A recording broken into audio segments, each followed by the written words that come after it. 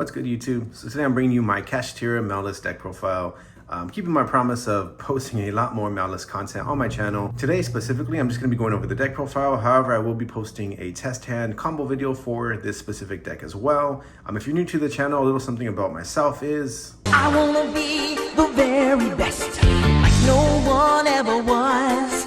So getting straight into the deck profile, starting with the Kashtira engine, it's pretty small. We have 3 Kashtira Unicorn, which is the primary reason you do want to run this deck, and Kashtira Fenrir. So one of the main reasons I did design the deck is to kind of go against the other #1 deck in Yu-Gi-Oh! I would say next to Maliss, maybe even above Maliss, honestly, which is RYZEAL. Obviously, I feel like it's easily the best deck with Maliss right behind it, mainly because Maliss is really easy to side against. You have cards like Chaos Hunter, Artifact Lancia, obviously that can pretty much end your turn pending what your hand is. Then the Molcharmies as well, with the orange Molcharmies specifically ending your turn for sure. So we run the mini Kashtira engine because being able to rip their detonator, or if you're running against Fiendsmith cards, being able to rip their 1-ofs in their deck is just too powerful, and against rogue decks as well. Most rogue decks are not prepared to go against Kashtira. So again, I feel they are great going second cards, and if you're going first, they are also extenders. I honestly really enjoy playing this package with Maliss. Then to round it out, we obviously just run Kashtira Birth and then 1 pressured planet. Sometimes I do want to add more pressured planet, but then again, the Terraforming we run is pretty much the second pressured planet as well. So 6 Kashtira cards. Then the Maliss engine is very standard. We obviously run 3 of the March Hares. I know some people cut this down to 2. I do not agree with that at all. I feel like it's just too good of an extender. And with this specific version, we aren't running any buy-steals. So this pretty much acts as a pseudo buy-steal card. And just a great extender. It's also just great putting back in your hand for your opponent's turn as well. They were running 3 Maliss Chessy Cats. Typically, I run 3. However, with this specific build, I did think of cutting it down to 2, just because I'm not running the buy steals or a lore in here.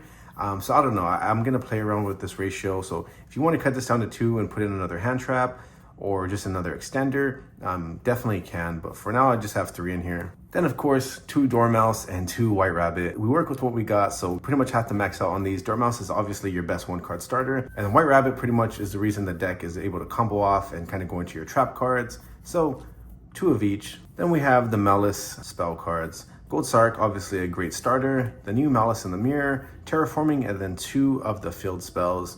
Again, just having as many 1-card starters, pretty much these 4 are an additional 4 1-card starters for your deck to kind of just start comboing off. And the Maliss in the Mirror, love-hate relationship with this card. I feel like it is kind of a brick, however, it does kind of help out with a lot of the combos, so we have it in here. Then controversial take, I do still run all 3 of these. When I did learn Maliss, obviously everybody played all 3 of them, so it's hard to teach an old dog new tricks. Have all 3 of them in for now.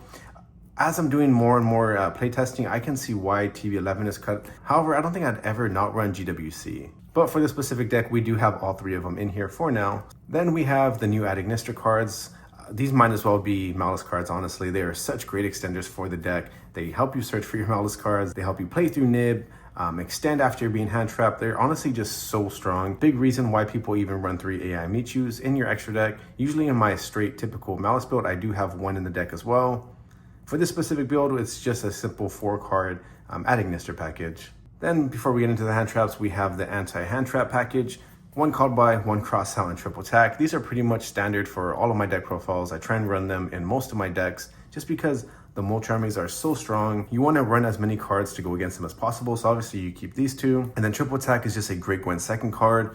And then also if you had the ability to play Pot of Greed, why wouldn't you play it?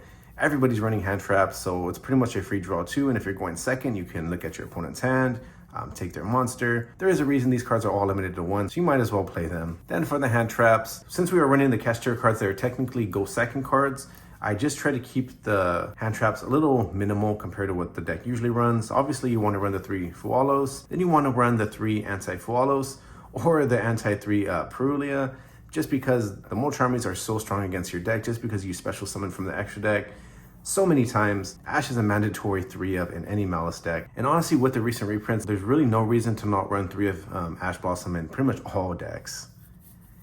Then 3 nibs. The nibs can be substituted for whatever other cards you want. Going against rogue decks, I feel like nib is just too strong to kind of not run. Then going over the extra deck is very standard, honestly. We have the 3 Maliss cards. You have to run all 3 of these. No real reason to run multiples. I mean, I do see some lists run 2 white binders.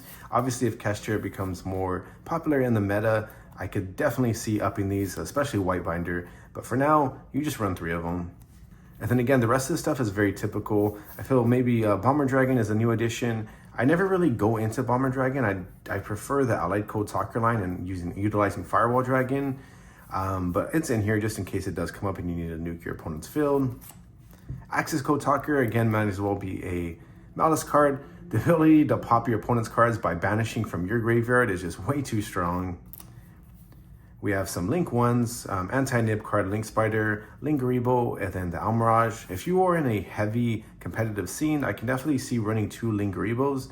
Or if you're planning to enter a regional or YCS and you're playing Maliss, you definitely want to run 2 of the Link Garibos, just because Dominus Impulse is such a strong card. My locals and then my area isn't the most competitive, so there's really no need for me to run multiple. Then Hagrid Lizardo, Splash Mage, IP Masquerena, Cyber's Wicked, and SP Little Knight.